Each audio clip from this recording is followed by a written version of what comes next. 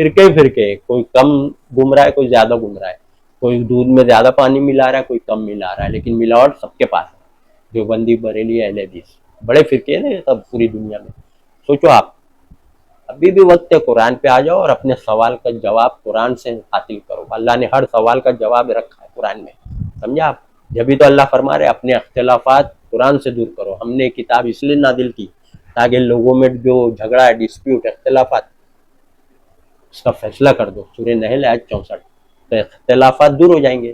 اختلافات کا جواب ہے، جبھی تو اللہ فرما رہے نا اس قرآن میں، کتاب میں اختلافات جو چل رہا ہے آپس میں، اس کا جواب ہے، جبھی اللہ فرما رہے نا کہ اپنے اختلافات قرآن سے دور کرو، ہے نا؟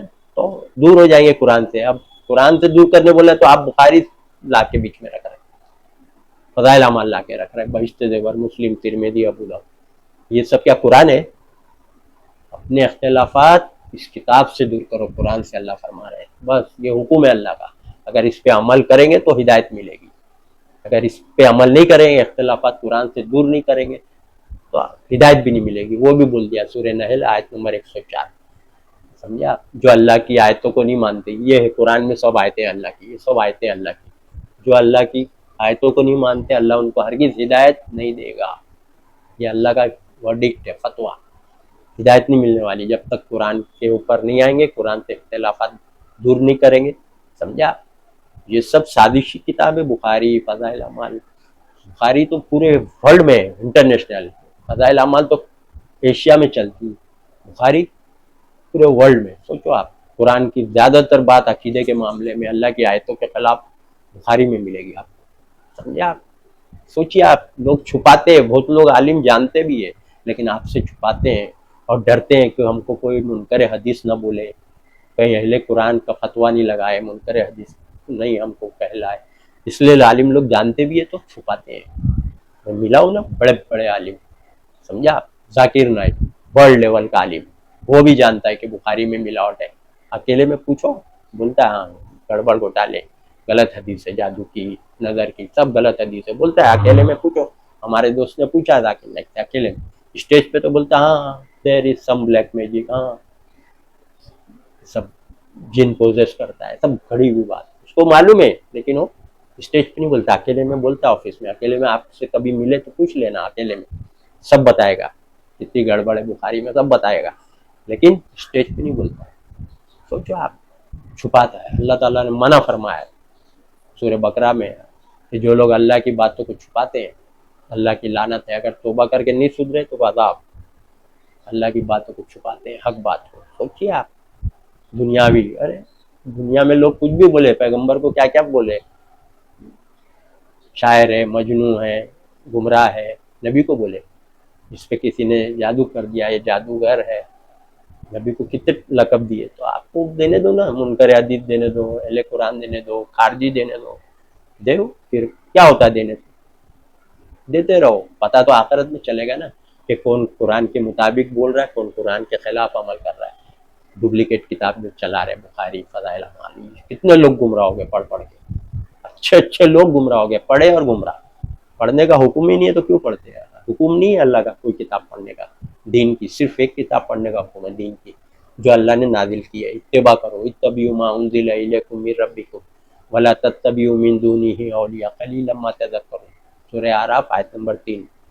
اتباع کرو اس کتاب کی جو ہم نے نازل کی ہے، پیروی اسی کی کرو، اسی کو پڑھو، یا اس کے سوا دوسری کتاب مت پڑھو، اور دوستوں کی مطلب اور لوگوں کی کتابیں مت پڑھو، سمجھا آپ؟